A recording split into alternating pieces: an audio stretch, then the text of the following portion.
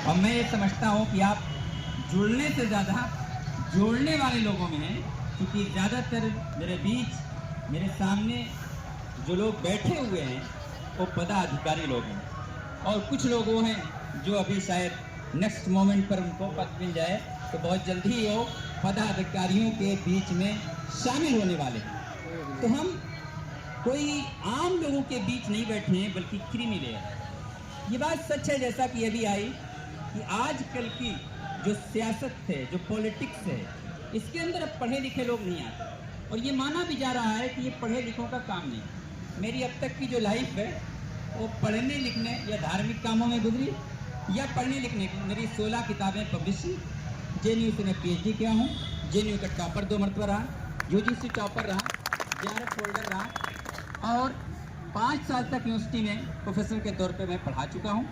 उस सब के बाद मैं छोड़कर फिर वापस धरती पे आया हूँ और कुछ एजुकेशनल काम कर रहा हूँ। एक कॉलेज चला रहा हूँ, एक कॉलेज पहले से हमारे यहाँ 25 साल पुराना चल रहा था, तो 2 इंटर की सतह तक हम कॉलेज चला रहे हैं, बॉयज़ का अलग, गर्ल्स का अलग। लेकिन इस सब के बाद बहुत जल्दी मैंने ये फैसला किया, ख़ासतौर पर मेरे बड़े भाई जनाब नदीम जी का ये था कि ये बार बार मेरे पास आते रहे और मुझे इस बात पर मेरा उत्साह जगाते रहे कि आपको पॉलिटिक्स में आना चाहिए, जबकि मैं थोड़ा सा इससे हटना चाह रहा था, बहुत ज़्यादा आने के इसमें नहीं था, लेकिन उन्होंने किया।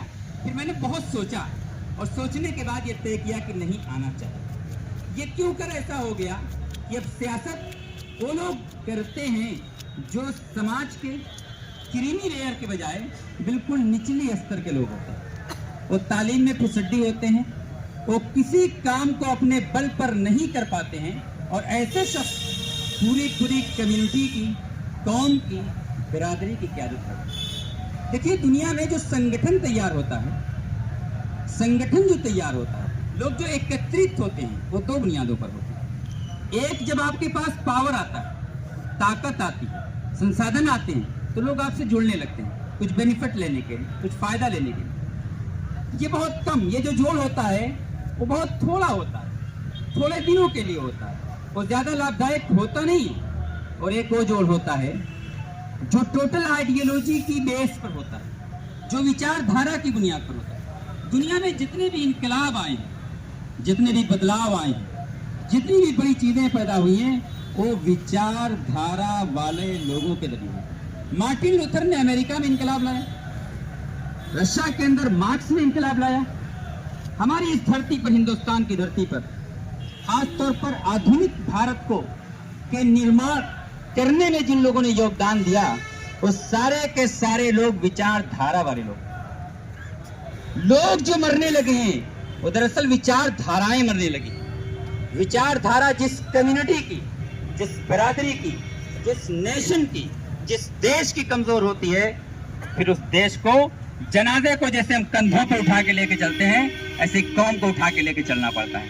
कौमें जिंदा अपने विचारों की बुनियाद पर रहती हैं, विचारधाराओं की बुनियाद पर रहती हैं। विचार खत्म तो कौम खत्म।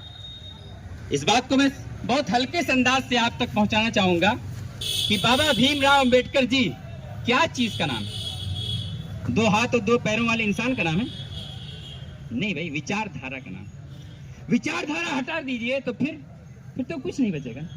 विचारधारा है जिसने हिंदुस्तान की तहजीब में उलटफेर कर दिया, हिंदुस्तान के एक एक दिमाग को अपील किया। विचारधारा, सामाजिक न्याय, संविधान के तई सब लोग बराबर हैं, ये वो बड़ी विचारधारा थी जो जरूरत थी इस हिंदुस्तान जैसे मुख्तलिफ किस्म के लोगों का ये देश है ना, जहां बेशुमार किस्म की बोलियां, जबानें, मज़ाहिब, लोग, कल्चर, ये सब कुछ डिफरेंट है। इतना सारा डिफरेंस होने के बाद हम एकजुट हो जाते हैं, क्यों? विचारधाराएं हमें जोड़ती हैं। और देखिए, पॉलिटिक्स के अंदर पूरे वर्ल्ड की मैं हिस्ट्री बता सकता हूं कि पूरे वर्ल्ड की हिस्ट्री की, पॉलिटिकल हिस्ट्री के अंदर जो सबसे बड़ी विचार कहलाएगी, जो सबसे बड़ी विचारधारा कहलाएगी, वो ये कहलाएगी कि वो तमाम पॉलिटिकल पंडित, उन तमाम पॉलिटिकल पंडितों में वो सबसे बड़ा पॉलिटिकल पंडित कहलाएगा जिसने अपनी विचारधारा की बुनियाद कमजोरों, मजलूमों, पिछड़ों, नीचे रह जाने वालों, काफिले से पिछड़ जाने वालों को उठाने की कोई कोशिश की हो, इस विचारधारा को विचारधारा कहा जाए। और क्या है पॉलिटिक्स? मैं अपने से अपनी जिंदगी बेहतर बिता सकता हूँ, अच्छी गाड़ी अच्छे मकान में रह सकता हूँ, मुझे क्या जरूरत है जमीन पर उतरने की। लेकिन अगर मेरे अंदर ये दर्द पैदा हो जाए कि गरीबों का मसीहा बनना है, कमजोरों की आवाज बननी है, वो लोग जो बिखरे हुए उन्हें एकजुट करना है, वो जो जिनकी कोई बात आगे नहीं बढ़ा पा रहा है, जिनकी लड़ाई नहीं लड़ी जा पा रही है, उनको अगर उठाने का काम नहीं किया गया तो दुनिया में अगर एक इंसान नीचा होता है तो सारे इंसान नीचे होते हैं, एक इंसान मरता है तो सारी इंसानियत मरती है। वैसे अगर एक इंसान को जलील किया जाता है, एक इंसान को नीचे अगर गिराया जाता है, एक इंसान को उसके अधिकारों से अगर वंचित रखा जाता है, इसका मतलब यह है कि वो सारे इंसान जलील हो रहे हैं। मैं अगर गिराया नहीं गया, मेरा भाई गिराया गया, तो मैं ही तो गिराया गया हूं, वो तो मेरा ही जैसा इंसान है।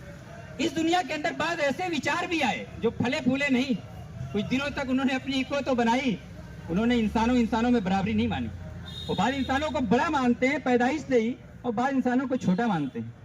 ये इंसान विचार रख रहा है, अरे यार हम कभी भेड़ बंदर हैं, हम इंसान है ना, तो क्या ये इंसान सब बराबर नहीं? ये इंसान का विचार हो सकता है। और ये कोई पॉलिटिकल पंडित अगर इस तरह का विचार रखता होगा तो ऐसे विचारों से देश का निर्माण होगा, कौमों का भविष्य तय होगा। ऐसा नहीं हो सकता। इसलिए दुनिया में ये भूल जाइए कि दुनिया में इनकलाब तो हमेशा कमजोरों की आवाज उठाने वाले ले आते हैं, विचार वाले लोग ले आते हैं। इसलिए कोशिश हमें ये करना है कि अपनी कौम और अपनी बिरादरी को इसलिए मैं आज पहली मुलाकात है, ज्यादा गुणगान गाऊं तो अच्छी बात नहीं है।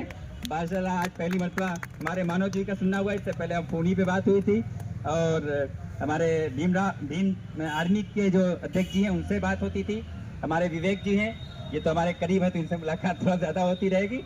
और इंशाअल्लाह मैं हाजिर होता रहूंगा हर मजलिसों में और आप लोगों से इसी तरह से मुलाकात होती रहेगी। एक आखिरी शेर के साथ मैं अपनी बात को खत्म करूंगा। दिल जलाओ अगर चिराग बुझे, दिल जलाओ अगर चिराग बुझे, चिराग तो जानते हैं लैंप, दिल जलाओ अगर चिराग बुझे, रोशनी कम न हो मोहब्बत की, रोशनी कम न हो मोहब्बत की। ये जो मुस्लिम में दलित भाइयों में एक भाईचारा बन रहा है, ये भाईचारा की लौ, इसकी रोशनी इसी तरीके से आगे बढ़ती रहे, इंसान इंसान के साथ बराबरी के साथ शरीक हो और हर चीज के अंदर चलता रहे। मैं इसी दुआ और कामना के साथ आपसे जुदा होता हूँ। Thank you.